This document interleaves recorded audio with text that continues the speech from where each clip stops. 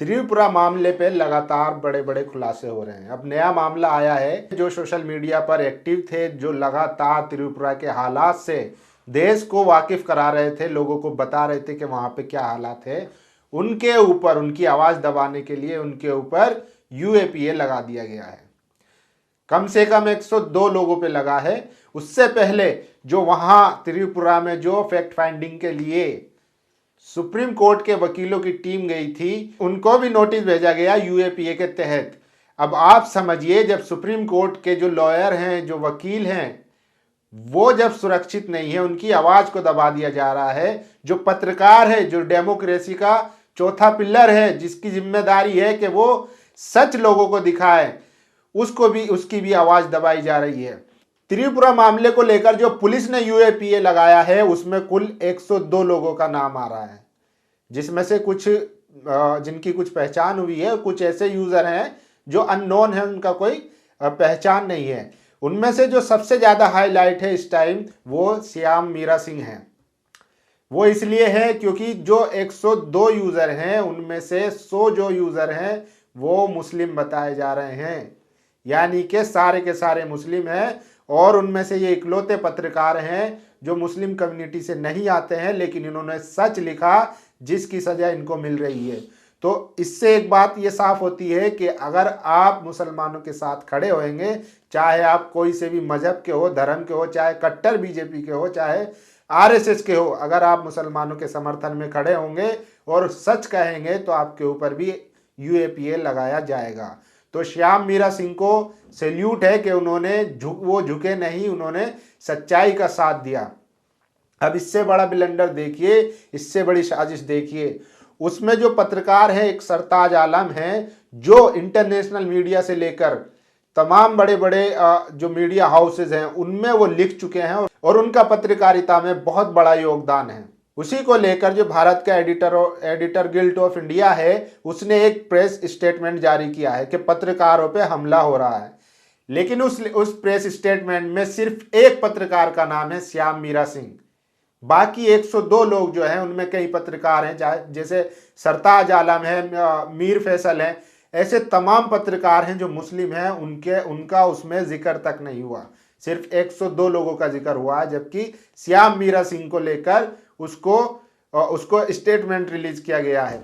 होना भी चाहिए, चाहे श्याम कुमार मीरा सिंह हो, चाहे सरताज आलम हो, जो भी पत्रकार हैं जिसके भी अधिकारों का हनन हो रहा है, जिसकी भी आवाज को दबाने की कोशिश की जा रही है, उसके समर्थन में एडिटर गिल्ड की जिम्मेदारी है और तमाम ऐसी संस्थाओं की जिम्मेदारी है जो अपने आप को संविधान का रक्षक कहती हैं और जो कहती हैं कि हम जो समाज में बुराइयां फैली है उसके खिलाफ आवाज उठाते हैं या उन लोगों की भलाई के लिए काम करते हैं।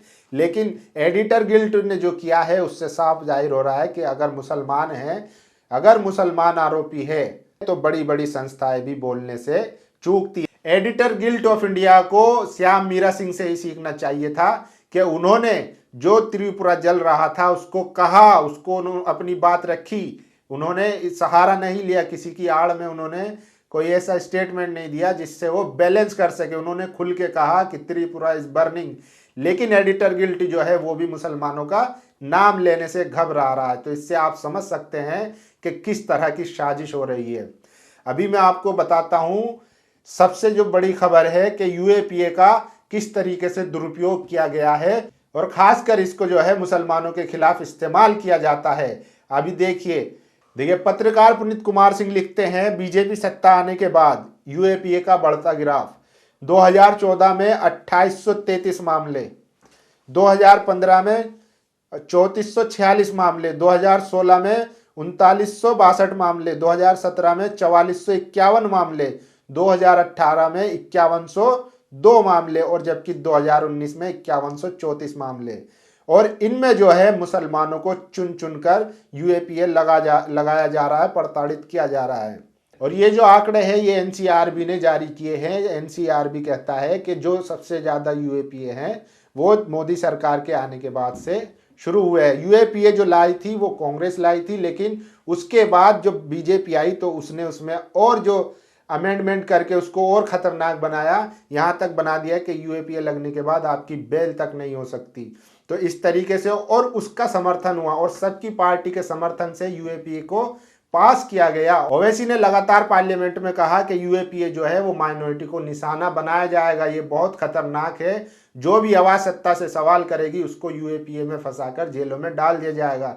लेकिन किसी ने नहीं सुनी। आज भले ही वो लोग सोशल मीडिया पर चिल्ला रहे हों, चाहे राहुल गांधी हो, चाहे अखिलेश हो, चाहे जितने भी पार्टियां हैं, सब चिल्ला रहे हो, लेकिन उनके समर्थन से ये यूएपीए पास हुआ है। और आज जो है उसका सारा नुकसान मुसलमानों को हो रहा है, आदिवासियों को हो रहा है, दलित को हो रहा है। यूएपीए किस पे लगाया जाता है सबसे ज़्यादा? मुसलमानों पे, दलितों पे, आदिवासियों पे। तो इस तरीके के हालात है कि आज मुसलमानों को राजनीतिक तौर पे अछूत बना दिया गया है, कोई उनके साथ खड़े होने को तैयार नहीं है। 102 लोगों पे यूएपीए लगा है, लेकिन एडिटर गिल्ड ऑफ इंडिया जो है वो भी मुसलमानों का नाम लेने से कतरा रहा है। आप लोगों की क्या राय है इस पर? अपनी राय जरूर दीजिए। धन्यवाद। नेशनल दस्तक की आपसे गुजारिश है कि अगर इसको बचाना चाहते हैं तो नेशनल दस्तक को सब्सक्राइब करने के लिए रेड कलर के सब्सक्राइब बटन को दबाएं, फिर बेल आइकन की घंटी दबाएं। नेशनल दस्तक को बचाने के लिए बहुत जरूरी है कि हर खबर को शेयर करें, लाइक करें, कमेंट जरूर करें।